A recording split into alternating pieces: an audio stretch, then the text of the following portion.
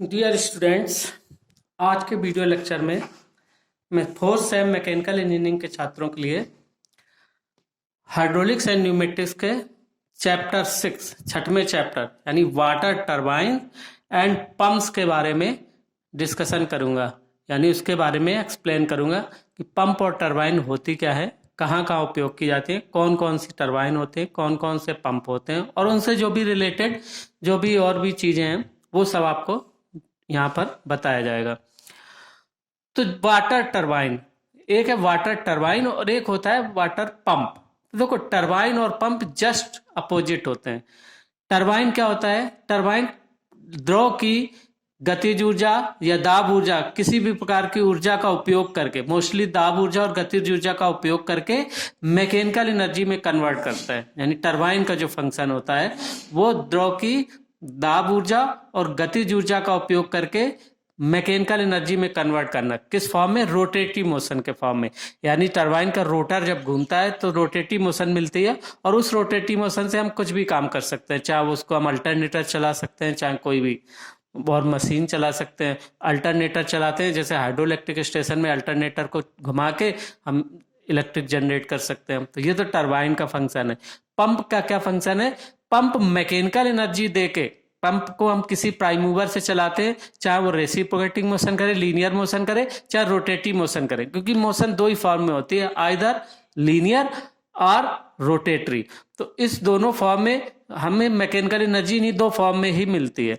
तो हम mechanical energy देते हैं, यानी पंप को चलाते हैं, यानी मैकेनिकल एनर्जी। उस मैकेनिकल एनर्जी के द्वारा द्रव की दाब ऊर्जा को बढ़ाते हैं, यानी प्रेशर हेड को बढ़ाते हैं, जिससे कि हम वाटर को या किसी लिक्विड को किसी हाइट तक, किसी ऊंचाई तक लिफ्ट कर सके। तो ये होता है बेसिकली पंप और टरबाइन। ठीक है, तो अब सबसे पहले हम कहें जल टरबाइन। जल टरबाइन क्या है?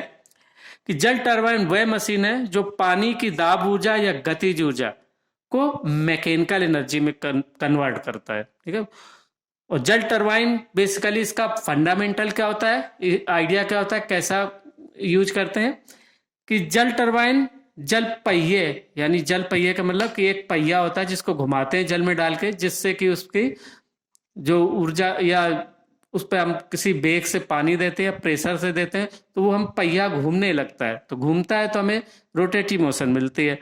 तो जल टरबाइन में एक पहिए की पेरीफेरी पर, यानी पहिए की परिधि पर अनेक कर्वलेट्स लगे होते हैं, जिन्हें हम वेंस, अब कई फॉर्म में नाम होते हैं उनके, कहीं कहीं हम उनको वेंस बोलते हैं, कहीं बकेट बोलते हैं और कहीं कप भी बोलते हैं। और वैन के एक सिरे से जल का प्रवेश होता है तथा दूसरे सिरे से निकास होता है। एक तरफ से वाटर जाएगा, चाहे वो प्रेशर एनर्जी लेते हुए जाएगा, चाहे काइनेटिक एनर्जी लेके जाएगा, चाहे दोनों एनर्जी लेके जाएगा, है ना।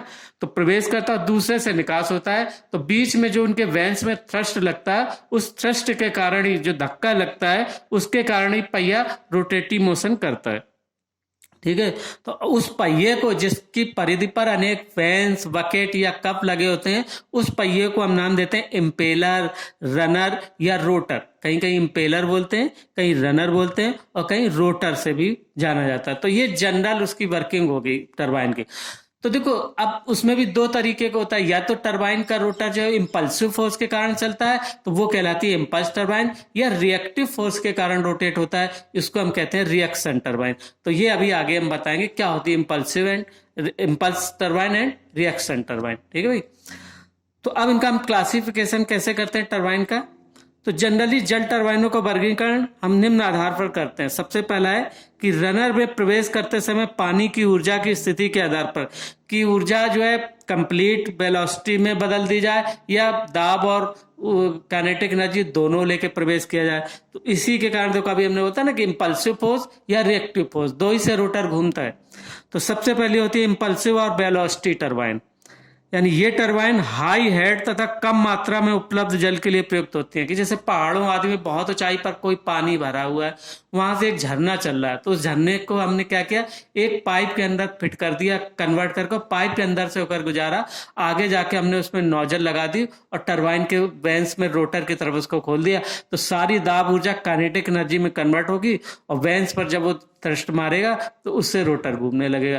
तो वहां पर हम यूज करते हैं इंपल्स टरबाइन, जहां पर बहुत ऊंचाई पर पानी उपलब्ध हो और कम मात्रा में भी चल जाएगा। ठीक है भाई, और दूसरी होती है रिएक्शन या प्रेशर टरबाइन, क्योंकि ये टरबाइन कम शीर्ष तथा उच्च जल प्रवाह के लिए प्रयुक्त होती है, जहां पर बहुत ज्यादा पानी मिलता है, जैसे डैम वगैरह हम बनाते हैं और डैम के नीचे हम हाइड्रो इलेक्ट्रिक स्टेशन सेटअप करते हैं, तो वहां पर मोस्टली हम रिएक्शन टरबाइन या प्रेशर टरबाइन का उपयोग किए जाते हैं, जिसमें कि प्रेशर और काइनेटिक एनर्जी दोनों होती है और दोनों के साथ हम प्रवेश करते हैं, ठीक है, और धीरे धीरे अंदर रिएक्टिव फोर्स डेवलप होता है और ज्यादा मात्रा में पानी हो, इसीलिए डैम बनाते हैं, पानी बहुत सारा कलेक्ट करते हैं, तो ज्यादा यानी ये टरबाइन कम शीर्ष तथा उच्च जल प्रवाह दर के लिए प्रयुक्त होती हैं, यानी विसर्जन जब ज्यादा होता है तो वहां पर रिएक्शन टरबाइन यूज करते हैं, ठीक है।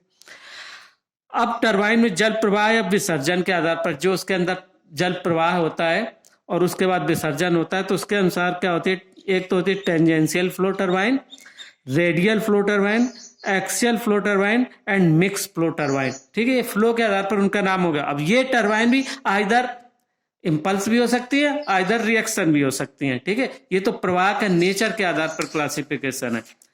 बेसिकली जो दो ही भाग में बांटते हैं, या तो इंपल्स होता है या रिएक्शन होता है, यानी हम इंपल्स टरबाइन या रिएक्शन टरबाइन। अब वो टरबाइन है उनको अलग अलग डिवाइड करते हैं कि टरबाइन के लिए क्रियाकारी जल शीर्ष के आधार पर, यानी जो वर्किंग हेड जो उपलब्ध है उसके आधार पर क्या होता है, तो भाई कहीं लो हेड पर वाटर उपलब्ध होता है तो उसके अनुसार, तो इसके अंतर्गत साधारणतः 3 से 50 मीटर तक जल शीर्ष पर कार्य करने वाली टरबाइन सम्मिलित की जाती हैं, यानी 3 से 50 मीटर तक जल शीर्ष है तो लो हेड टरबाइन कहलाएंगी। और इसके लिए अब भले है वो चाहे वो रिएक्शन हो चाहे इंपल्स हो, लेकिन नाम हमें तो उसके आधार पर फिर हम टरबाइन का नाम देते हैं। तो इस प्रकार कम शीर्ष हो इस प्रकार की जो टरबाइन होती है वो कैप्लाइन तथा अधिक के लिए फ्रांसिस टरबाइन का चुनाव करते हैं, यानी ये वैज्ञानिकों के नाम पर कुछ टरबाइन बनी हुई हैं, एक कप्लान टरबाइन कहलाती है, एक फ्रांसिस टरबाइन कहलाती है। तो कप्लान टरबाइन और फ्रांसिस दोनों रिएक्शन टरबाइन है, लेकिन शीर्ष कम हो तो कप्लान टरबाइन का और अधिक हो तो फ्रांसिस टरबाइन का चुनाव करते हैं। लेकिन जैसे 3 मीटर है, 10 है, 20 है, उससे ज्यादा होगा तो फिर फ्रांसिस टरबाइन का उपयोग करेंगे। हैं दोनों लो हेड टरबाइन। दूसरी होती है मीडियम हेड टरबाइन, इसके अंतर्गत 50 से 300 मीटर तक जल शीर्ष पर कार्य करने वाली टरबाइन है ना। कम शीर्ष है तो फ्रांसिस और अधिक शीर्ष के लिए पेल्टन व्हील टरबाइन का प्रयोग किया जाता है। तो पेल्टन व्हील एक इंपल्स टरबाइन है, लेकिन ये बहुत हाई हेड के लिए उपयोग किया जाता है। अब उसके बाद 300 मीटर से ऊपर भी शीर्ष जो भी हमें जल प्राप्त है तो उस पर जो टरबाइनें काम करती हैं उनको कहते हैं हाई हेड टरबाइन, और उसके लिए पेल्टन व्हील टरबाइन का ज्यादातर उपयोग किया जाता है, क्योंकि इंपल्स टरबाइन हाई हेड्स के लिए ज्यादातर यूज की जाती हैं। तो अब ये तो हुआ इनका क्लासिफिकेशन, इस आधार पर क्या क्या होती है टरबाइन। अब what is impulse turbine and reaction turbine, अब इसको आप क्लियर समझेंगे। देखो कोई भी टरबाइन हो गई या तो इंपल्स के सिद्धांत पे काम करेगी या रिएक्शन के सिद्धांत पे काम करती है, ठीक है भाई। तो सबसे पहली कहलाती है इंपल्सिव या वेलोसिटी टरबाइन, जिसको कहते हैं आवेगी टरबाइन, यानी इंपल्सिव फोर्स के कारण जो काम करती है। आवेगी कैसे डेवलप होता है इंपल्सिव फोर्स, कि जैसे मान लो ये टरबाइन है, ये इसका जो है ये रनर है, रोटर, और इस पर ये इसके कर्व ब्लेड लगे होते हैं, वेंस, यानी ये तो कहलाता है, ये होता है रोटर, और इस रोटर की परिध पर ये कर्व ब्लेड लगे हुए होते हैं। ये हाई हेड पर पानी उपलब्ध है, वहां से हमने पेन स्टॉक के द्वारा पानी टरबाइन पर भेजते हैं और यहां पर एक नोजल लगा देते हैं। तो क्या होता है कि ऊपर जब जो हाई हेड पर उपलब्ध है, हाई हेड का मतलब वहां हाई प्रेशर पर पानी उपलब्ध है, जैसे जैसे नीचे आएगा वेलोसिटी हेड में कन्वर्ट होता जाएगा। तो सारी प्रेशर एनर्जी को वेलोसिटी एनर्जी पे कन्वर्ट करते हैं और हाई वेलोसिटी पर हम पानी को नोजल के द्वारा थ्रस्ट करते हैं कि जेट के रूप में इसमें हम बकेट से टकराएंगे। टकराने के बाद इसकी वेलोसिटी शून्य हो जाएगी। तो देखो जब वेलोसिटी शून्य हो जाएगी तो संवेग परिवर्तन होगा, तो ऑल ऑफ सडन संवेग परिवर्तन होगा। तो संवेग परिवर्तन की दर किसके बराबर होती है, आवेग के बराबर होती है। ये आपने साइंस में पढ़ा होगा कि संवेग परिवर्तन की दर आवेग के बराबर होती है। तो ये जब संवेग परिवर्तन की दर जितनी ज्यादा होगी उतना ही ज्यादा इंपल्सिव फोर्स लगेगा और ये इस वैन पर थ्रस्ट मारेगा, और जिससे कंटिन्यू ये मूव करना शुरू करेगा, अगली वैन आती जाएगी और सभी में ये थ्रस्ट चलता जाएगा और जो है ये रोटर घूमने लगेगा और टकराने के बाद फिर जीरो वेलोसिटी पर पानी टेल रेस में वापस कलेक्ट हो जाता है, यानी बाहर निकाल दिया जाता है और उसके बाद वो आगे के लिए फ्लो करा देते हैं, कोई चैनल में या कैनाल में, जिसमें भी फ्लो कराना है आगे फ्लो करेगा। तो इस पानी का कोई खास वेस्टेज नहीं होता, बीच में टरबाइन चला ली और इसी से हमने मैकेनिकल एनर्जी प्राप्त कर ली। अब उसके रोटर को किसी से भी अटैच कर सकते हैं, चाहे वो अल्टरनेटर से या किसी से भी, जो भी काम लेना है, और पानी हमें आगे कैनाल में निकाल दिया जो आगे सिंचाई आदि के काम आएगा। तो इस प्रकार से इस टरबाइन का उदाहरण क्या कौन सा है? मोस्टली पेल्टन व्हील इस टरबाइन का एग्जाम्पल है। अब दूसरी तरीके की टरबाइन एक और यूज होती है जिसको कहते हैं हम रिएक्शन टरबाइन।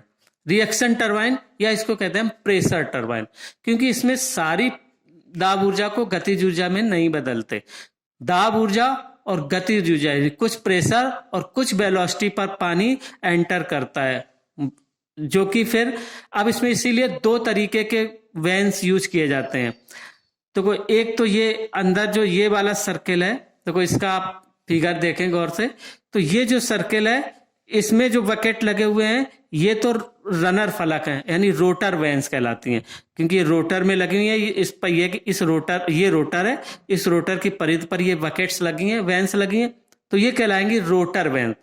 और बाहर देखो एक और ये सर्किल दिखाई दे रहा है, ये इस पे ये वेन्स लगी हुई हैं, ये तो ये वेन्स कहलाती हैं गाइड वेन्स। यानी यहाँ पर एक जस्ट लाइक ऐसे होता है जैसे कभी आपने अल्टरनेट तो स्टेटर एंड रोटर अल्टरनेट उसकी रोज लगी होती हैं वेन्स की। ये स्टेटर इनके बीच से ही पानी गुजरेगा, मतलब जाएगा, अल्टरनेट रोटर और स्टेटर के बीच में होता हुआ जाएगा, तो एक रिएक्टिव फोर्स डेवलप होता है। तो इस तरीके की टरबाइन क्या होता है? इस टरबाइन में एक रोटर होता है जिसमें अनेक कर्व लेंस लगी होती हैं, वेन्स, यानी वेन्स कह लो, बकेट कह लो, कुछ भी कह लो। यह रोटर परिधि पर गाइड फलकों के एक स्थिर पहिए से घिरा रहता है, यानी ये गाइड वेन्स होते हैं जिससे कि ये इसको चारों ओर से घेरे रहता है। अब जब जलाशय से पानी पेन स्टॉक के द्वारा हम एंटर कराते गतिज ऊर्जा तथा दाब दोनों प्रकार की ऊर्जा होती हैं। जब हम इसको एंटर कराते हैं पानी को, तो उसमें दोनों प्रकार की ऊर्जाएं होती हैं। रोटर दाब तथा गति दोनों प्रकार की ऊर्जाओं से शक्ति प्राप्त करता है। कैसे? जैसे जैसे पानी वेन्स पर प्रवाहित होता है, इसकी दाब ऊर्जा गतिज ऊर्जा में परिवर्तित हो जाती है। जब दाब ऊर्जा गतिज ऊर्जा में परिवर्तित होती है तो क्या होता है? उससे एक रिएक्टिव फोर्स डेवलप होता है, यानी रिएक्शन बल उत्पन्न होता है। तो जब रिएक्टिव फोर्स डेवलप होता है तो उस रिएक्टिव फोर्स के कारण ही रोटर घूमना स्टार्ट करता है। तो गतिज ऊर्जा में परिवर्तित फलस्वरूप रनर के फलकों पर रिएक्शन फोर्स लगता है, यानी रोटर के वेन्स पर जो होता है वो रिएक्टिव फोर्स लगता है और रोटर घूमने लगता है।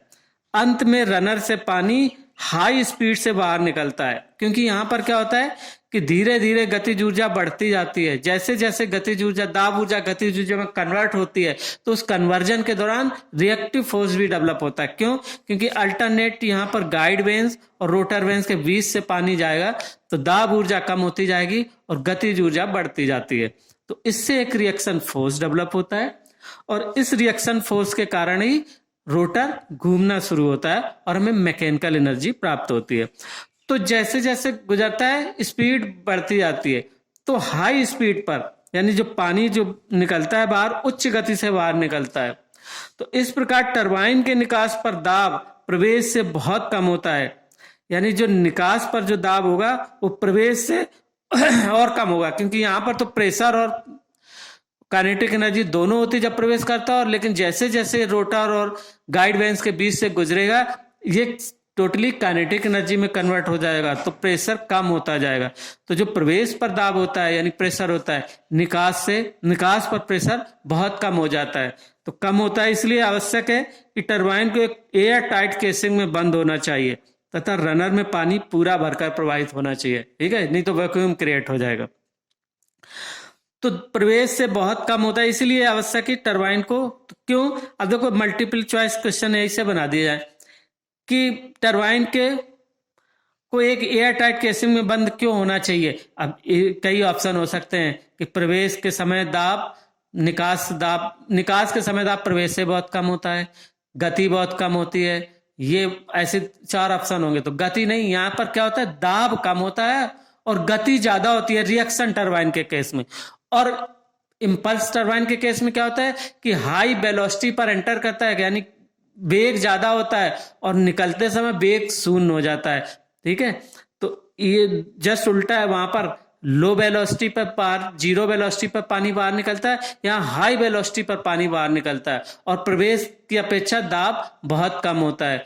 ठीक है, वहां पर प्रवेश पर दाब कम होता है। ठीक है, तो एयर टाइट केसिंग में बंद होना चाहिए, रनर में पानी पूरा भरकर प्रवाहित होना चाहिए। यदि टरबाइन से पानी का विसर्जन वायुमंडल में अगर हो तो टरबाइन को टेल रेस से थोड़ा ऊंचा रखते हैं। अगर वायुमंडलीय दाब करना है तो जो ये टेल रेस है इससे टरबाइन ऊपर रहेगी। और यदि पानी का विसर्जन वायुमंडलीय दाब से नीचे रखना है तो टरबाइन को टेल रेस में डुबा के रखेंगे, यानी इसको टरबाइन को नीचे रखेंगे तो डुबा देंगे। अब देखो ऐसे ही पॉइंट याद रखने के, अब आ जाएगा कि अगर रिएक्शन टरबाइन में विसर्जन वायुमंडलीय दाब से नीचे होता है तो टरबाइन को टेल रेस से नीचे रखेंगे, ऊपर रखेंगे, बराबर पे रखेंगे या साइड में रखेंगे, ऐसे आंसर होंगे। तब उसमें आपको क्या रखना है कि अगर वायुमंडलीय दाब से नीचे होना है विसर्जन तो हमेशा टेल रेस के नीचे टरबाइन होगी, पूरी डूब के रखी जाएगी। और अगर वायुमंडलीय दाब यदि विसर्जन वायुमंडलीय दाब पर होना है तो टरबाइन को टेल रेस से ऊपर रखते हैं। ठीक है भाई, तो इसीलिए ये अंदर की बेसिक चीजें आपको पढ़ना जरूरी है। ठीक है, ये मैंने पीडीएफ भेज रखा है तो आप उससे देख लेना। तो ये कहलाते हैं इंपल्स एंड रिएक्शन टरबाइन। और देखो सभी टरबाइन आइदर इंपल्स होती हैं या रिएक्शन होती है, दो ही प्रकार की होती है टरबाइन। अब वो बात दूसरी, वही रिएक्शन टरबाइन एक्सियल फ्लो भी हो सकती है, रेडियल फ्लो भी हो सकती है, वो अलग अलग है, वो अलग आधार है। कभी कभी इनका कंपैरिजन, देखो अब इन दोनों का कंपैरिजन भी करना है कि इंपल्सिव टरबाइन और रिएक्शन टरबाइन में दोनों में अंतर क्या है।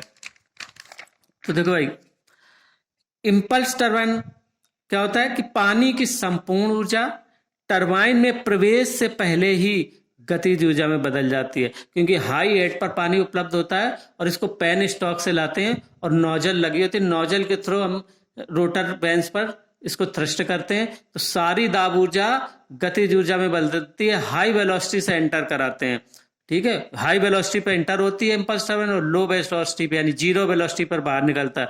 यहाँ उल्टा होता है, यहाँ क्या होता है कि पानी की संपूर्ण ऊर्जा गतिज ऊर्जा में नहीं बदलती बल्कि दोनों प्रकार की ऊर्जाओं दाब तथा गतिज के साथ टरबाइन में प्रवेश करता है। इसमें जब प्रवेश करते समय दाब भी होगा और गतिज ऊर्जा भी होगी, लेकिन निकास के समय क्या होगा कि गतिज ऊर्जा तो बहुत होगी, वेलोसिटी बहुत हाई होगी और दाब कम होगा प्रवेश के की अपेक्षा। ठीक है भाई, निकास पर जल का प्रवाह लगभग शून्य वेग पर होता है और यहाँ निकास पर जल का प्रवाह निम्न दाब मतलब लो प्रेशर और हाई वेलोसिटी पर होता है, क्योंकि इसमें जैसे जैसे दाब ऊर्जा गतिज ऊर्जा में बदलती है तो रिएक्टिव फोर्स डेवलप होता है। इसलिए लास्ट में जो होता है निकास के समय इसकी काइनेटिक एनर्जी यानी वेग बहुत बढ़ जाता है, यानी उच्च वेग पर होता है। इंपल्स टरबाइन वायुमंडल में खुला रहता है। प्रतिक्रिया टरबाइन का एयर टाइट होना बहुत आवश्यक है। ठीक है, इस टरबाइन में जल केसिंग को पूरा भरकर प्रवाहित होना आवश्यक नहीं है कि पूरी केसिंग भरी रहे, ऐसा जरूरी नहीं है। ठीक है, क्योंकि इसमें तो नोजल से केवल थ्रस्ट करना है, वैन में तो भरना नहीं है। रिएक्शन टरबाइन में केसिंग पूरी भर के होनी चाहिए, क्योंकि विसर्जन वहीं यूज की जाती है जहां विसर्जन ज्यादा हो, पूरी भर के टरबाइन चलती हो।